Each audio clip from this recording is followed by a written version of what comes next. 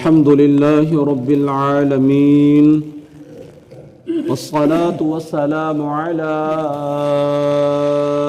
سيد الأنبياء والمرسلين أما بعد فأعوذ بالله من الشيطان الرجيم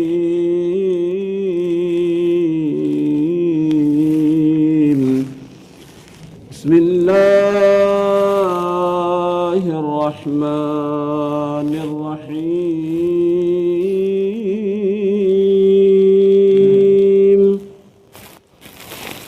ليس البر أن تولوا وجوهكم قبل المشرق والمغرب ولكن البر من آمن بالله واليوم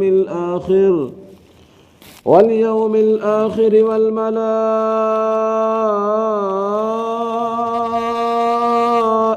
والكتاب والنبيين وآتى المال على حبه ذوي القربى واليتامى والمساكين وابن السبيل والسائلين وفي الرقاب وأقام الصلاة وآتى الزكاة والموفون بعهدهم إذا عاهدوا والصابرين في البأساء والضراء وحين البأس أولئك الذين صدقوا وأولئك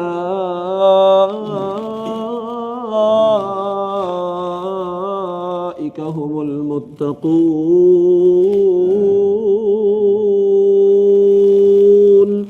صدق الله العظيم. درود پاک پڑھ کے سنا دیں. اللہم صل علی سیدنا ومولانا محمد وبارک وسلم صلاة وسلاما علیک یا رسول اللہ صلی اللہ تعالی علیہ وسلم. نویت سنت الاعتکاف. پیارے مسلمانوں، جب بھی مسجد میں داخل ہو تو یاد کر کے اعتکاف کی نیت کرنے کی عادت بنا لے کہ یہ بڑا اچھا عمل ہے. اللہ پاک کلام مقدس میں ارشاد فرماتا ہے اصل نیکی یہ نہیں کہ تم اپنے منہ مشرق یا مغرب کی طرف کر لو، بلکہ اصل نیکی تو وہ ہے جو اللہ اور قیامت اور فرشتوں اور کتاب و پیغمبروں پر ایمان لائے اور اللہ کی محبت میں عزیز مال رشتہ داروں اور یتیموں اور مسکینوں اور مسافروں اور سائلوں کو اور غلام لوڈیوں کی گردنیں آزاد کرانے میں خرچ کرے اور نماز قائم رکھے اور زکوٰۃ دے. اور وہ لوگ جو وعدہ کر کے اپنا وعدہ پورا کرنے والے ہیں اور مصیبت اور سختی میں اور جہاد کے وقت صبر کرنے والے ہیں، یہی لوگ ہیں جو سچے ہیں اور یہی پرہیزگار ہیں. اللہ تعالیٰ کی راہ میں رضا الہی کی خاطر پیارا مال دینا چاہیے. زندگی و تندرستی میں دے جب خود اسے بھی ضرورت ہو مال کی. جب بندے کو مال کی خود بہت ضرورت ہوتی ہے اور مال عزیز بھی ہوتا ہے، اس وقت مال زیادہ پیارا ہوتا ہے اس کے نزدیک. اللہ تعالیٰ اپنے نیک بندوں کا وصف بیان فرماتے ہوئے فرماتا ہے ایک مقام پر وَيُطْعِمُونَ الطَّعَامَ عَلَى حُبِّهِ مِسْكِينًا وَيَتِيمًا وَأَسِيرًا إِنَّمَا نُطْعِمُكُمْ لِوَجْهِ اللَّهِ لَا نُرِيدُ مِنكُمْ جَزَاءً وَلَا شُكُورًا. اور وہ اللہ کی محبت میں مسکین اور یتیم اور قیدی کو کھانا کھلاتے ہیں اور کہتے ہیں کہ ہم تمہیں خاص اللہ کی رضا کے لیے کھانا کھلاتے ہیں، ہم تم سے کوئی بدلہ یا شکریہ نہیں چاہتے. ایک اور مقام پر میرا تمہارا ساری کائنات کا پالنہار حقیقی اللہ رب العالمین ارشاد فرماتا ہے لن تنالوا البر حتى تنفقوا مما تحبون، تم ہرگز بھلائی کو نہیں پا سکو گے جب تک راہ خدا میں اپنی پیاری چیز یعنی اپنا پیارا مال خرچ نہ کر لو۔ حضرت ابو ہریرہ رضی اللہ تعالیٰ عنہ فرماتے ہیں ایک آدمی میرے نبی پاک صلی اللہ علیہ وسلم کی بارگاہ میں حاضر ہو کر عرض گزار ہوا، یا رسول اللہ صلی اللہ تعالی علیہ وآلہ وسلم، کون سا صدقہ ثواب کے لحاظ سے بڑا ہے؟ توجہ کریں آپ، بارگاہ میرے نبی کی عرض کرنے والے ہیں صحابی جو ولی سے بڑے ہیں، جو قطب سے بڑے ہیں، جو ابدال سے بڑے ہیں، جن کے مرتبے کو کوئی ولی، کوئی غوث، کوئی ابدال پہنچ ہی نہیں سکتا، ایسا مقام رکھنے والے صحابی، اور کون سی بارگاہ میں سوال کر رہے ہیں؟ جن کا مرتبہ رب کے بعد ہے۔ عرض کر رہے ہیں یا رسول اللہ فدا کا ابی و امی، میرے ماں باپ آپ پر قربان ہو جائیں، یا رسول اللہ یہ فرما دیجئے کون سا صدقہ ثواب کے لحاظ سے بڑا ہے؟ توجہ کریں آپ، ارشاد فرمایا جب کہ تم تندرستی کی حالت میں صدقہ دو اور تمہیں خود مال کی ضرورت ہو۔ سبحان اللہ، فرمایا جب تندرستی کی حالت میں ہو صدقہ دو اور تمہیں خود مال کی ضرورت ہو، اور تنگ دستی کا خوف بھی ہو اور مالداری کا اشتیاق بھی ہو، یہ نہ ہو کہ جان گلے میں آ پھنسے اور کہے کہ اتنا فلاں کے لیے، اتنا فلاں کے لیے، اتنا فلاں کے لیے، حالانکہ اب یہ تو فلاں کا ہی ہو چکا۔ ایسا نہ ہو تو پتہ چلا کہ جب ہمیں مال کی خود بھی حاجت ہے، ہم تندرست بھی ہیں اور کوئی مالدار بھی نہیں ہے، ہمیں مالداری کا اشتیاق بھی ہے، خواہش بھی ہے، ایسے وقت میں جو صدقہ دیا جاتا ہے اس کا ثواب بہت بڑا ہے۔ اب یہاں تک تو مال کے تعلق سے قرآن پاک ہمارے ذہنوں کو جھنجھوڑ کر کے سمجھا رہا تھا، اللہ پاک ہمیں بتا رہا تھا اور ہم سن رہے تھے۔ اب یہاں سے آگے نماز کے تعلق سے ذکر ہے۔ اللہ کا قرآن کہتا ہے وَأَقَامَ الصَّلَاةَ وَآتَ الزَّكَاةَ،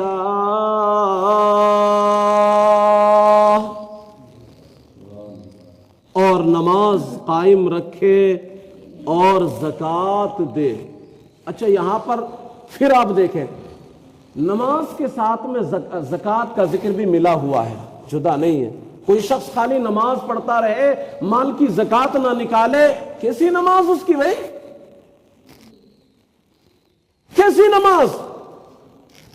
نماز قبول ہی اس وقت ہوگی جبکہ اس کے دل سے دنیا کی محبت نکل جائے گی، اور دنیا کی محبت نکلنے کا جو طریقہ یہاں بیان کیا گیا وہ نماز کے ساتھ ملا دیا گیا، یعنی مال میں سے اپنے زکوٰۃ پوری نکالو، پوری۔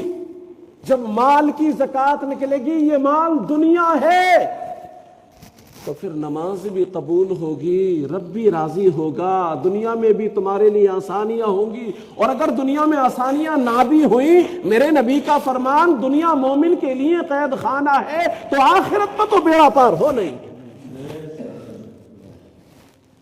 تو فرمایا آیت کے اس حصے میں نیکی کا تیسرا اور چوتھا وصف بیان کیا جا رہا ہے، طریقہ بیان کیا جا رہا ہے کہ فرض نمازیں ان کے ارکان و شرائط کے ساتھ ادا کرے